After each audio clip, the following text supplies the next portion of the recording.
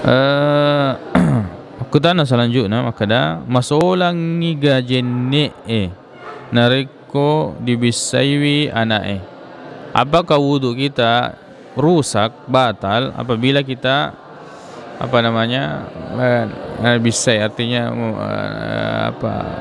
membersihkan kotoran anak yang mungkin buang air kecil atau buang air besar. Baik, iwe masalahna tama ya bicara ngena bagaimana hukumnya menyentuh, bagaimana hukumnya menyentuh kemaluan. Taib iya rona rampe dalili ya, sebagaimana hadis Busra binti Safwan, maka man massa dzakarahu falyatawadda. Nani gini kita gerui ya, katawanna ya harga kemaluannya, maka hendaklah dia berwudu. Narampe ya hadis maka ada siapa yang menyentuh kemaluannya.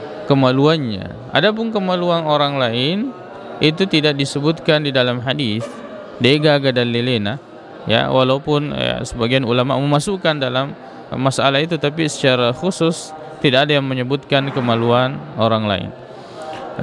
Apalagi ya hadisnya Busra ya binti Safwan itu nasi salangi pandritata na yaro wala iya wa cirwi pandrita ya, maka hadis itu adalah hadis yang dhaif. Jadi menyentuh kemaluan sendiri tidak batal, makoto paner itu menyentuh kemaluan orang lain tidak batal.